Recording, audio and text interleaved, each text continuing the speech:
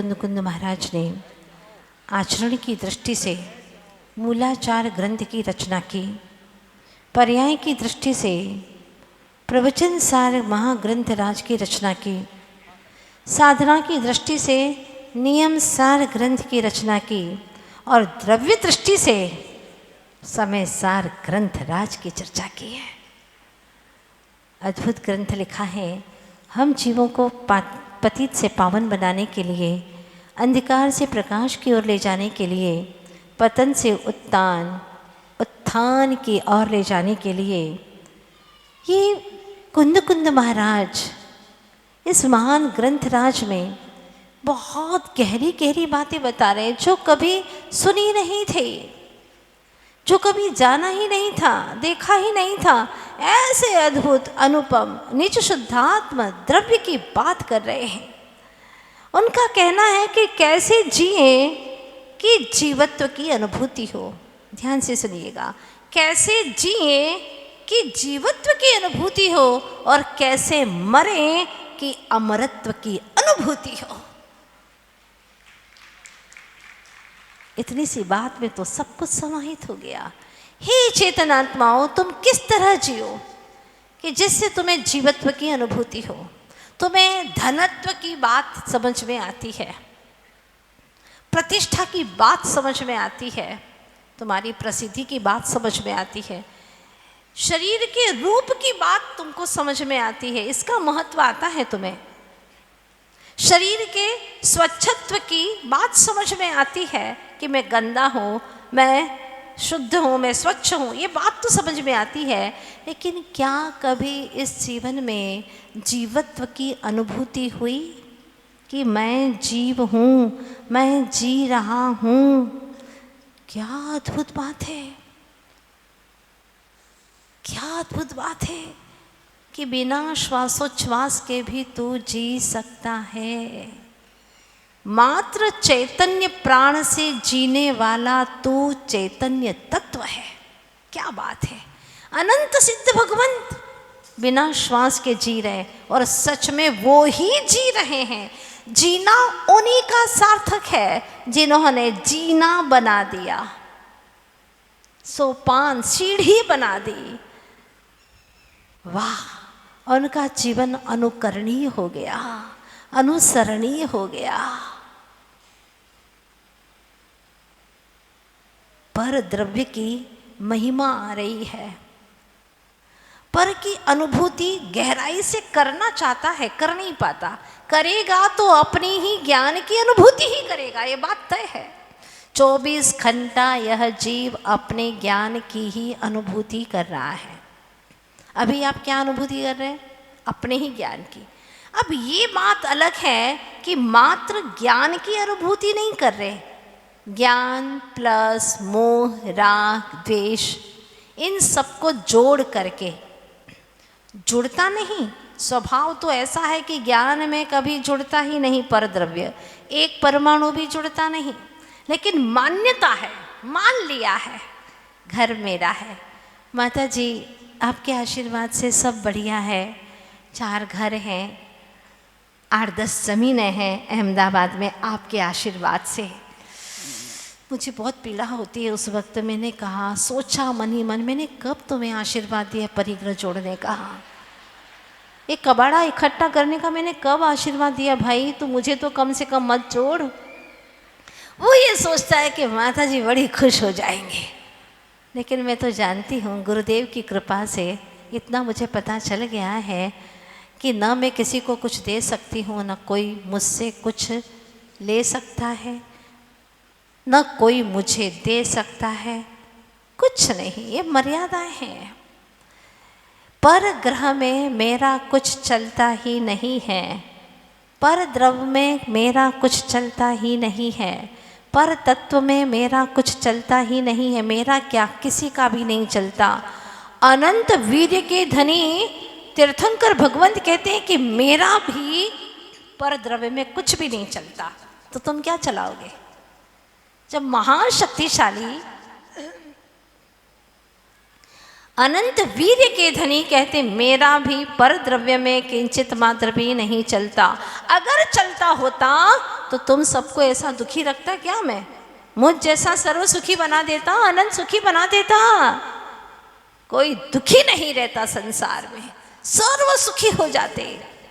लेकिन एक द्रव्य दूसरे द्रव्य को किंचित भी उपादान दृष्टि से कुछ नहीं दे सकता, और जो उपादान में वर्तता है वही हमारी प्रवृत्ति में वर्तन हो रहा है, वही हमारे परिणामों में चल रहा है।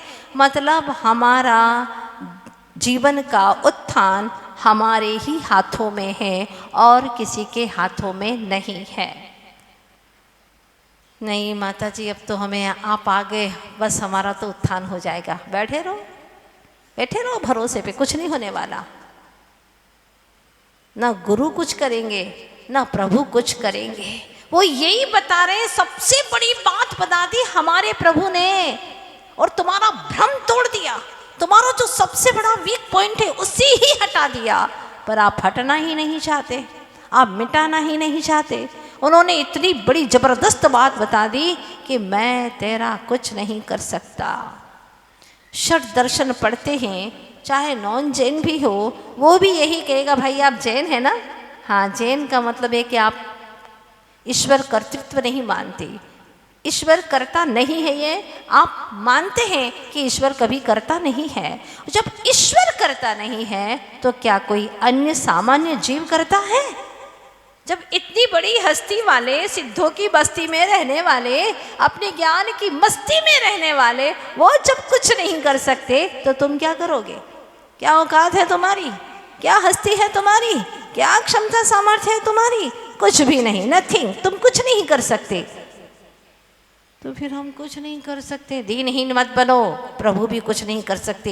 ये वस्तु की मर्यादा है कि एक द्रव्य दूसरे द्रव्य का कुछ नहीं कर सकता।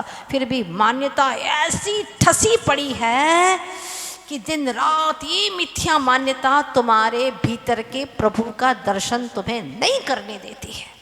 ये मोह की दीवारें मिटती नहीं है, टूटती नहीं है।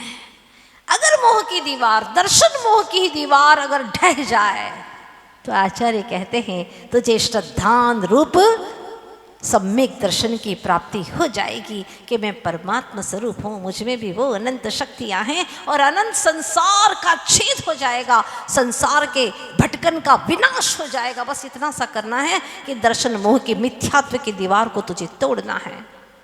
भेद ज्ञान के शस्त्र के माध्यम से, तत्व ज्ञान के शस्त्र के माध्यम से बस इसको तोड़ना है, इसको हटाना है, इतना ही करना है।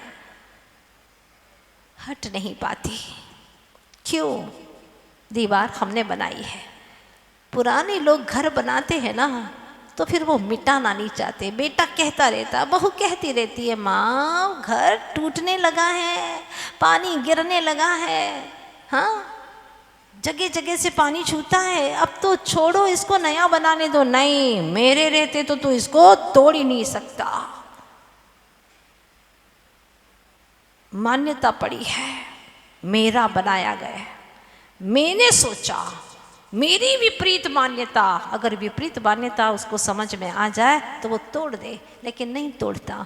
माना कि गणित में होता है ना, माना कि हाँ 1000 में 5 वस्त्र आते हैं, 5 साड़ी आती हैं। वो ज़्यादा बोल दिया मैंने, है ना? हाँ 10,000 में 5 साड़ी आती हैं, तो एक में कितनी आएंगी? 5/10,000। तो 1,00,000 में कितनी आएंगी? 2 लाइनें तो फोकट की है।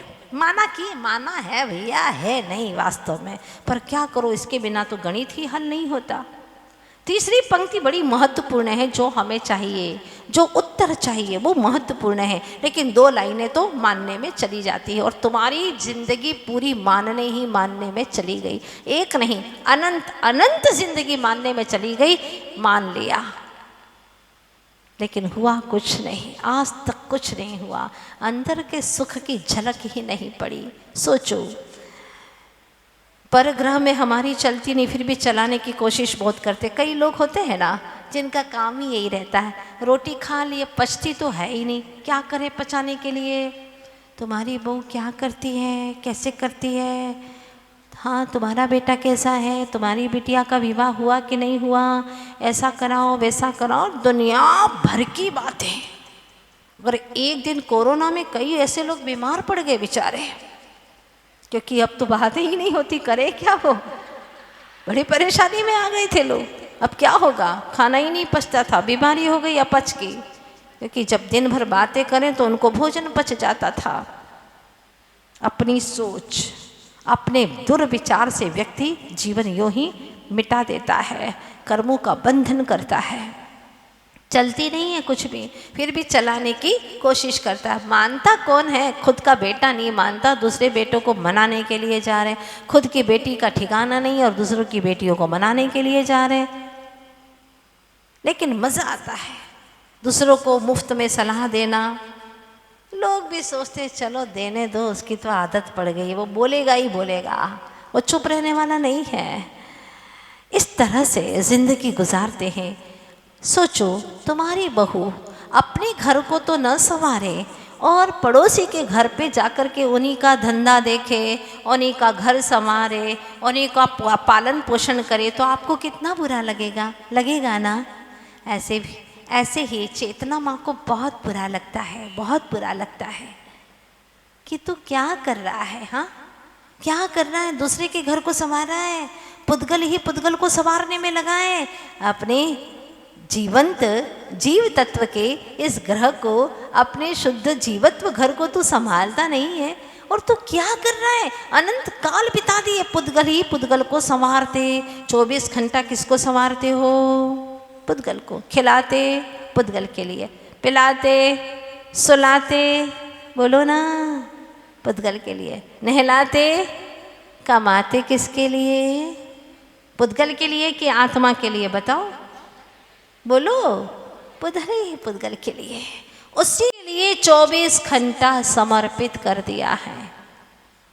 क्या दुर्दशा है इस जीव की, जो अपना नहीं है उसके लिए पूरा समय समर्पित कर दिया।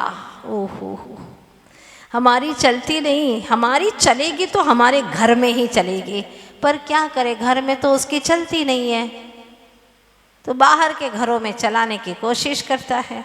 एक आध कोई दमदार होता है तो कह देता है कि पहले अपने घर में चलाओ फिर समाज पे चलाना, जाओ बैठो चुपचाप, घर का ठिकाना नहीं और आ गए समाज को चलाने के लिए। बात बड़ी विचारणीय है कि यह व्यक्ति अपने घर में तो चलती नहीं और घर में चलती नहीं देख करके दूसरों के घरों में चलाने की कोशिश करता है। अगर तुम्हारी चलेगी तो तुम्हारे चेतन ग्रह में ही चलेगी और अपने भावों पर ही तुम्हारा अधिकार चलेगा और कहीं नहीं। भावों पर, कर्मों पर भी तुम्हारा अधिकार नहीं चलेगा। जो कर्म बंध गए हैं, सत्ता में पड़े हैं, उस पर तुम्हारा कोई जोर नहीं कि आप उठा करके उसको निकाल दें, नहीं निकाल सकते। आपका तो मात्र वर्तमान भाव के ऊपर ही अधिकार चलता है। और आचार्य कहते हैं जिसने वर्तमान के भाव सुधार लिए उसका भूत भी संवर जाएगा और भविष्य भी सुधर जाएगा। वर्तमान मेरी मुट्ठी में है, वर्तमान में भाव को निर्मल कर दिए, पापों का पश्चाताप कर लिया। रे आत्मन, तूने कितने कितने पाप किए, क्या मिला तुझे उन पाप भावों से? कुछ नहीं, सिर्फ बदनामी, जीवन कलंकित हुआ है। और अपने पापों का पश्चाताप करना शुरू कर दिया। सच्चे मन से भावों के भगवान के सामने गदगद भावों से आंखों में आंसू आ रहे हैं। वाणी गदगदयन वपुः पुलकयन नेत्र द्वयम श्रावयन, आंखों से आंसू बह रहे हैं। अभी तक तो दूसरों की भूल निकालता था, लेकिन आज स्वयं की भूल पकड़ में आ गई। कहते हैं ना, गुजराती में કહે છે કે બીજાની ભૂલ કાઢવા માટે ભેજું જોઈએ, પણ પોતાની ભૂલ કાઢવા માટે કળીજું જોઈએ। हाँ, कलेजा चाहिए स्वयं की भूल निकालने के लिए। अगर हृदय पवित्र नहीं है तो तुम्हें अपनी भूलें समझ में नहीं आएगी। हमारी सबसे बड़ी भूल है कि हम अभी तक पर समय रहे, पर समय ही रहे। नहीं माता जी, हम तो अपने लिए बहुत टाइम देते हैं, धन कमाते हैं, हमारा तो टाइम ही मनी है, समय ही धन है, परिवार के लिए देते हैं, अपनों के लिए देते हो, अपने लिए नहीं। ध्यान देना, अपने लिए तुमने क्या दिया बताओ आज तक? बच्चे को बोलती हो ना, तेरे लिए मैंने क्या क्या नहीं किया, हाँ हर चीज दी, धन दौलत दिया, कार दी, ये दिया, घर दिया, बोलते हैं ना आप लोग। तो तुम्हारा भीतर में युद्ध चल रहा है, स्वयं का नाथ निज नाथ कह रहा है, क्या दिया तुमने मुझे, क्या दिया बताओ?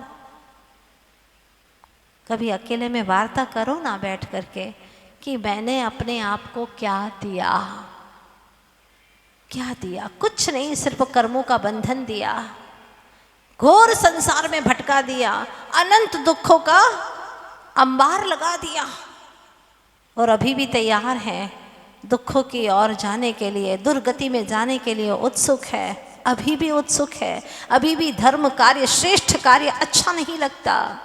दुनिया के विषय भोगियों को देख करके अरे भाई आजकल तो सब चलता है, चल गए उसके साथ में। तो आचार्य कहते इस काल के अधिकांश जीव मर करके नरक और तिर्यंच गति में जाएंगे, और वहां से अधिकांश जीव आएंगे। और ये देख रहे हैं हम, भावों में वो विशुद्धि नहीं है, वो संस्कार नहीं दिखाई देते।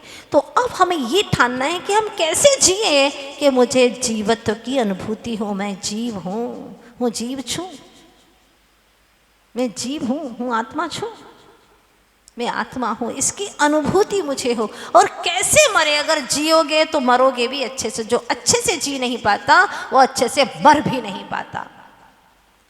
तो जियो इतने अच्छे से कि मरण भी बहुत अच्छे से हो, और मर के भी अमरत्व की अनुभूति हो कि मैं मरने वाला तत्व नहीं हूँ, मैं तो कोई अजर अमर अविनाशी तत्व हूँ, ध्रुव हूँ, मेरा कभी भी मरण नहीं होता।